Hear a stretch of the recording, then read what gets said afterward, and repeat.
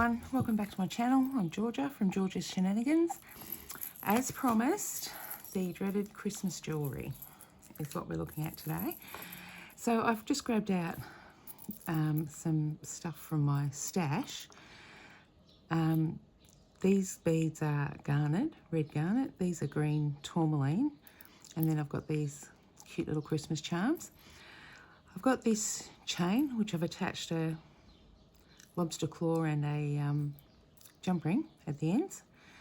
So what we're going to do is, how I usually make my charm bracelets, is I wire wrap the beads on and attach the charms via jump rings, which I haven't got out, so I'll get them out in a sec. So basically, I think because this is a big chain, we could,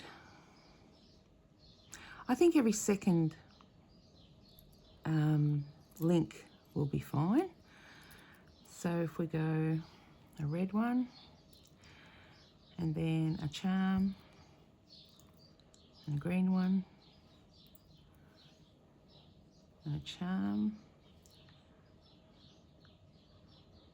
which is actually there, a red one,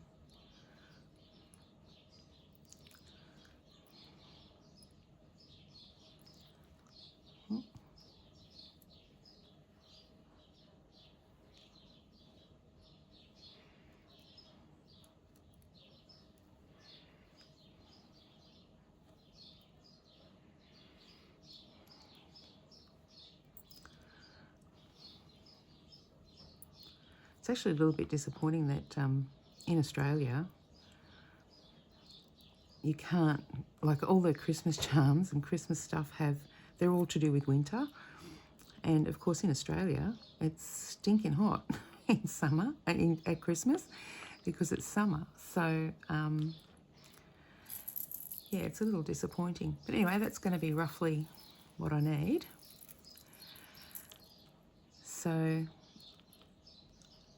I will begin putting these on. I think I'm actually going to be a charm short, so I may need to use another charm. But anyway, that's okay. So the tools you need for this, you need your round nose pliers, you need a couple of pairs of regular pliers, and to begin, we pop our first bead. These are really hard to see the hole. Our first bead on like that. Grab, I use the needle nose pliers for this. Grab your head pin directly above the bead. Bend that over. Grab your round nose. And bend your wire back over and around. So you end up with that. And then you want to open up the loop. I've just realised this chain is quite big. I'm hoping that this loop is going to be big enough.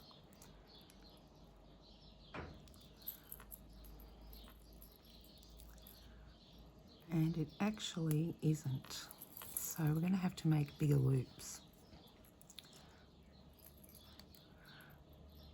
I might actually just stitch that one. Because once you bend them, like, it's too hard.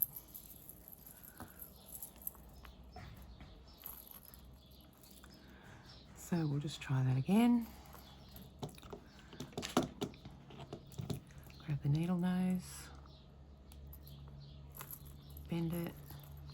So we need a bigger loop. So to get a bigger loop, you just move further up your pliers.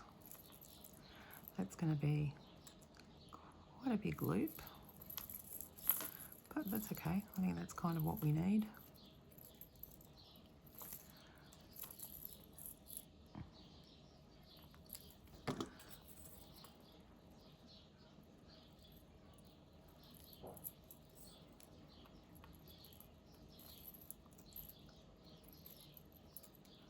Yeah, that fits much better.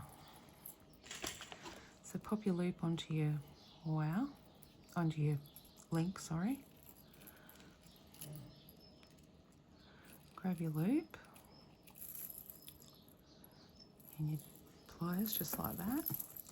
Grab another pair of pliers, or you can use your fingers. I always use the pliers. I feel it gets them a little bit tighter and a bit neater.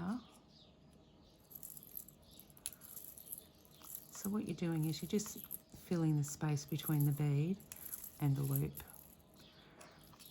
So now you want to cut that tail off as close as you can get it.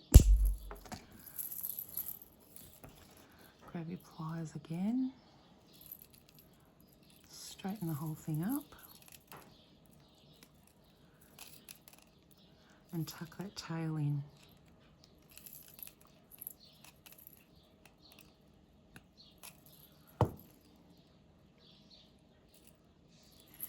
Still poking out just a tiny bit, and it's probably not even enough to snag anything or scratch you or anything, but you know, it's just neater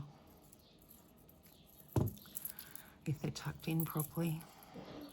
So there's our first bead. So now we want to put a charm. So just let me grab jump rings. Now again, because these are fairly big loops, we're probably going to need fairly big rings. Now I like these jump rings because they're nice and strong, they're stainless steel. Or you could use oval jump rings if you're worried about them not being strong enough. Oval jump rings tend to be stronger. So you open up your jump ring just like that. And the trick with this is to make sure all the charms, because these aren't two-sided charms, so you've got to make sure they're all facing the right way. So, and you've got to make sure it's all on the right side of the chain.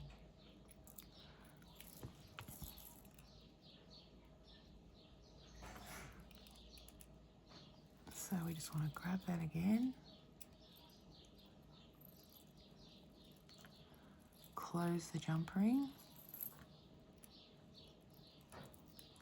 Making sure it's nicely closed.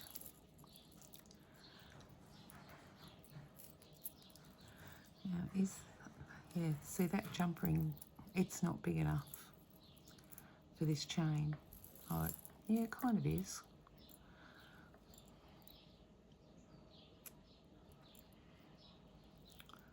Anyway, we'll see how it goes. If I have to put bigger jump rings, I'll change it. So that's the process basically, is why wrap your bead on, then add a charm.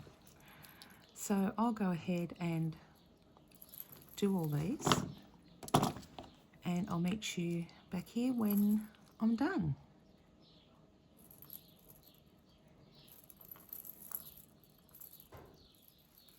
Okay guys, so there you have it. I've finished it. It's come up quite good. I did have to switch out the jump rings and went to the larger oval jump rings. With the oval jump rings, they're actually really good for bracelets because of the shape, the stress is put on like the loops and not on where the gap is, like where the join is. So they're actually really good. They're really, really strong. So that's why I will sometimes use the oval ones. Generally, I don't trust jump rings. So if I can get out of using them, I will. But the oval ones are definitely stronger than the round ones. And it depends, you know, on the piece and stuff like that. But anywho, that's my first Christmas piece for the year. So I will work on some more, and I'm sure I will have more videos. Okay, thanks very much for joining, and have a great day. Thanks.